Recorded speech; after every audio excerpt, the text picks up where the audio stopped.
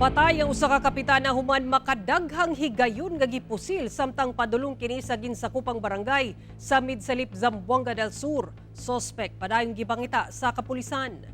Dead on arrival na sa ospital ang 36 anyos nga kapitana nga si Jing Mandao. Human kini makadaghang higayon nga gipusil samtang padulong sa iya mismong ginsakupang barangay sa Barangay Likuruan sa Midsalip, Zamboanga del Sur banda alas 7:39 Domingo sa buntag.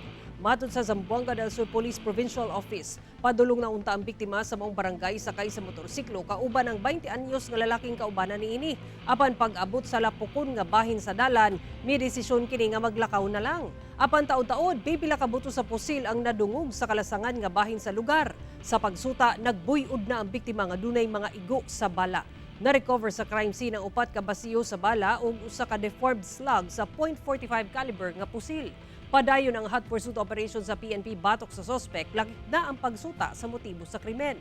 Ginasulayan pa nga makuhaan og pahayag ang kabanay sa biktima.